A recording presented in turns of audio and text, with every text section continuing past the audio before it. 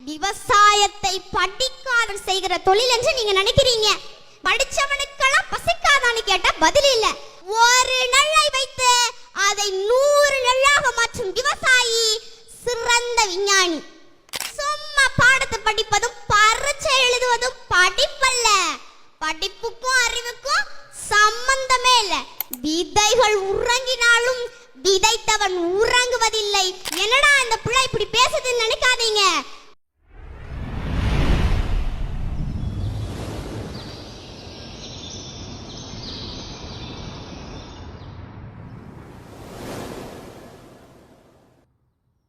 நான் 3ஆம் வகுப்பு படிக்கின்றேன்.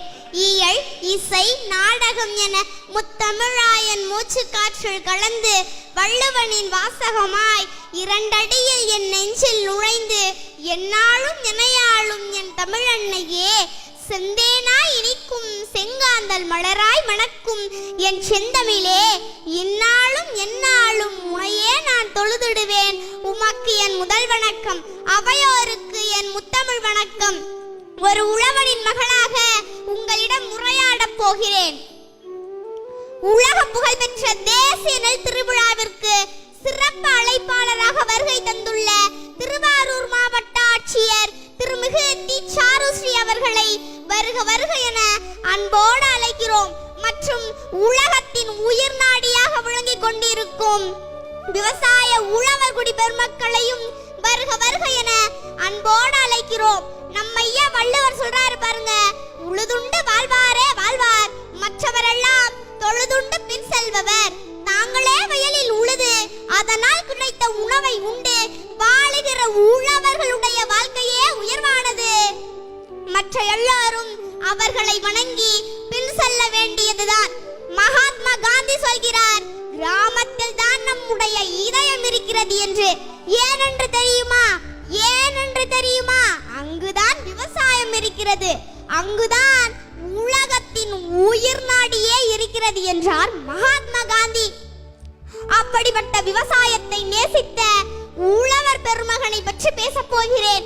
கட்டிமேட்டில் பிறந்த கட்டி தங்கமே, திருத்துறைப்பூண்டியின் அடையாளமே, திருவாரூருக்கு தேரு, திருவாரூருக்கு தேரு, உலகமே உன்னை புகழது பாரு, விவசாயத்தின் சிங்கமே, உலகம் போற்றும் உழவர் பெருமகனே, பாரம்பரியத்தை மீட்டெடுத்த மீட்பு காவலனே, சுதைந்த தானியங்களை ஒன்றிணைத்தவனே, தடைகள் பல தாண்டி விதைகளை தேடிய விதை வித்தகனே, சலிப்புள்ளாத சகவத்தன்மை கொண்ட சரித்திர நாயகனே, தன் பெயரையே நெல் ஜெயராமன் என்று கெதட்டில் மாற்றிக்கொண்ட பாரம்பரிய விதை வித்தகனே, முதலிலே நெல்லுக்கு திருவிழா நடத்திய விவசாய பெருமகனே, நெல்லென்ற சொல்லுக்கு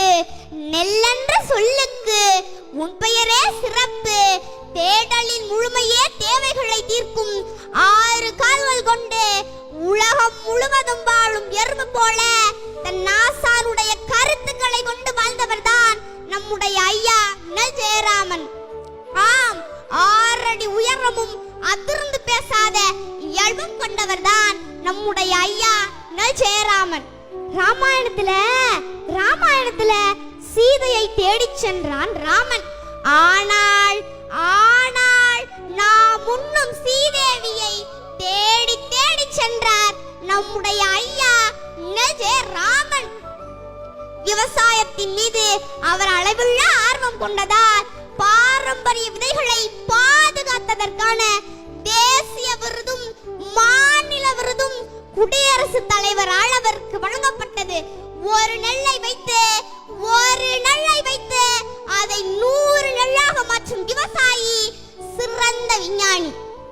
கலப்பை, மண்வெட்டி, கோடாரி, கடப்பாறை கண்டறிந்தவரை விட இந்த உலகத்தில் இன்னும் ஒரு விஞ்ஞானி பிறக்கவில்லை. சும்மா பாடத்தை படிப்பதும் பரீட்சை எழுதுவதும் படிப்பல்ல. படிப்புக்கும் அறிவுக்கும் சம்பந்தமே இல்ல. என்னடா இந்த பிள்ளை இப்படி பேசுதுன்னு நினைக்காதீங்க. மாம்பூக்கள் சரியா பூக்கவில்லை என்றால் பருவ காற்று சரியா வீசிருக்குன்னு அர்த்தம்.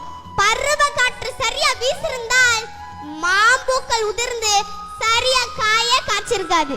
கற்ற அறிவு மறந்து போகும். ஆனால் பட்ட போகாது.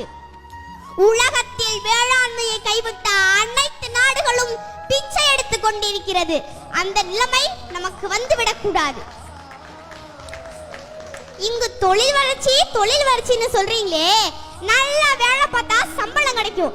சம்பளம் கிடைச்சா நல்லா சாப்பிடலாம். அப்ப அந்த சாப்பாடு எங்க இருந்து வருது? யாருக்கிட்டையும் பதில் இல்ல. விவசாயத்தை படிக்காதவன் செய்கிற தொழில் என்று நீங்க நினைக்கிறீங்க. விவசாயம் என்பது தொழிலே கிடையாது. அது நம்முடைய பண்பாடு, வாழ்வியல் என்பதை நீங்க புரிஞ்சுக்கணும். விவசாயத்தை படிக்காதவன் செய்கிற தொழில் என்று நீங்க நினைச்சீங்கன்னா, படிச்சவனுக்கெல்லாம் பசிக்காதான்னு கேட்டா பதில் இல்ல. அப்ப படிச்சவங்க சாப்பிடாத, யாரும் சாப்பிடாத. விதைகள் உறங்கினாலும் விதைத்தவன் உறங்குவதில்லை என்ற வாக்கியத்திற்கு ஏற்ப வாழ்ந்து காட்டியவர் தான் நம்முடைய ஐயா நெல் ஜெயராமன். உலகத்தில் எல்லா மனிதர்கள் செய்கிற தொழிலைத்தான் செய்கிறார்கள். ஆனால் விவசாயிகள் மட்டும்தான் தெய்வத்தின் தொழிலை செய்கிறார்கள். என் அன்பிற்குரிய உழவர்குடி பெருமக்களே, நல்லா புரிஞ்சுக்கணும். உழவு இல்லை என்றால் உணவு இல்லை, உணவு இல்லை என்றால் உயிர்கள் இல்லை, உயிர்கள் இல்லை என்றால் உலகமே இல்லை. அதனால் உழவை மீட்போம், பாரம்பரியத்தை காப்போம், இயற்கையை நேசிப்போம், நஞ்சில்லாத உணவை அனைவருக்கும் கொடுப்போம்.